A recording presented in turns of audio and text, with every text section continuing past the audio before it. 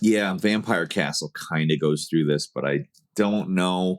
Vampire. So what I've realized is, and don't take this as like I'm rebuking Mark Fisher because I'm not, but what I have found is so much of his work is actually not very like useful. It's just not. Like I was talking about this with people in my Discord earlier. Capitalist realism is a thought terminating cliche. Like when people start talking about like, but how do I explain something to somebody who has capitalist realism? Well, you're medicalizing this like completely fungible thing. Capitalism certainly has endpoints on what it allows to be considered, but when we name it as a thing a person can have, we basically medicalize it. And like people can be talked to and they can learn new things, and sometimes they won't receive it, and that's fine. Like just say things as clearly as you can. It's not your fault if other people don't want to hear it. They're capable of hearing it regardless of what they're being told.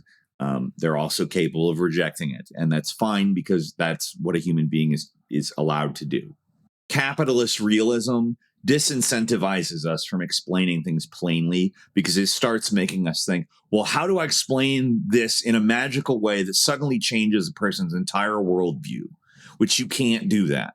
It's not possible. I don't really like the framework of capitalist realism as I've thought about it. It kind of prefigures our ultimate defeat, doesn't it? Exactly. That's exactly like, thank you. That's what it is. It's defeatist. It's medicalizing being taken in by ideology. And I don't like that. I don't like naming it as a condition that somebody has, because that's not what it is. It's simply, I have a certain worldview because I was raised in a certain worldview. I like the understanding, like, ideology does things. It creates false consciousness. That's very true.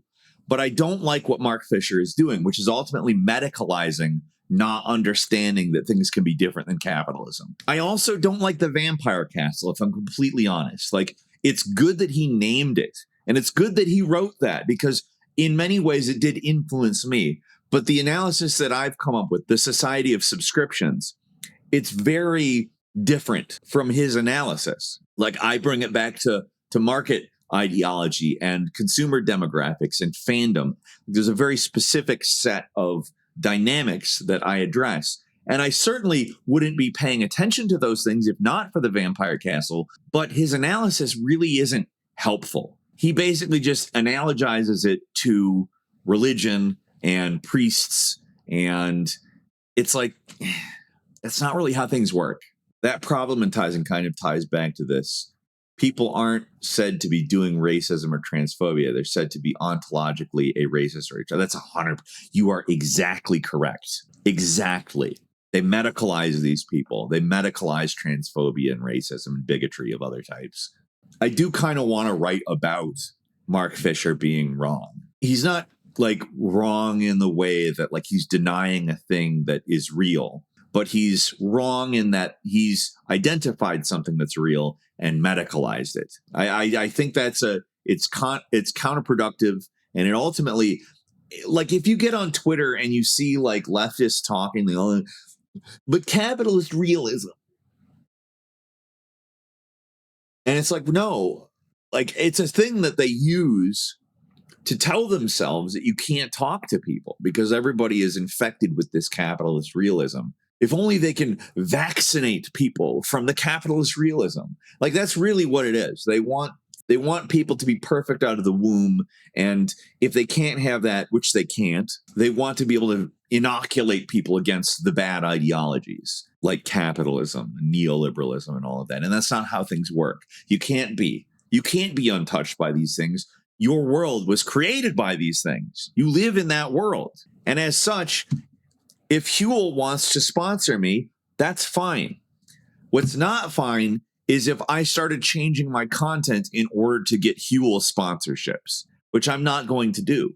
If I started changing my content to pander to a certain worldview, even if that worldview is progressive, it's ultimately going to result in me advocating against certain changes to society because they will be against my interests, because my interests will then be aligned in a certain way. No, if Huel wants to pay me to advocate for the things I advocate for, that's fine. I don't care. It's not the advertising itself that is the problem. It is making ad-friendly content. Now, I'm not guessing that they're going to sponsor me. I'm guessing that's probably not going to be a thing that happens. But if they do, I mean, that's their prerogative. It's perfectly fine. I don't change anything to get them. You get what I mean? Also, Monster. If Monster one day stepped up and said, look, we want to make sure that you're paid for your channel, I'd take that. I'd take that in a second. Anyways.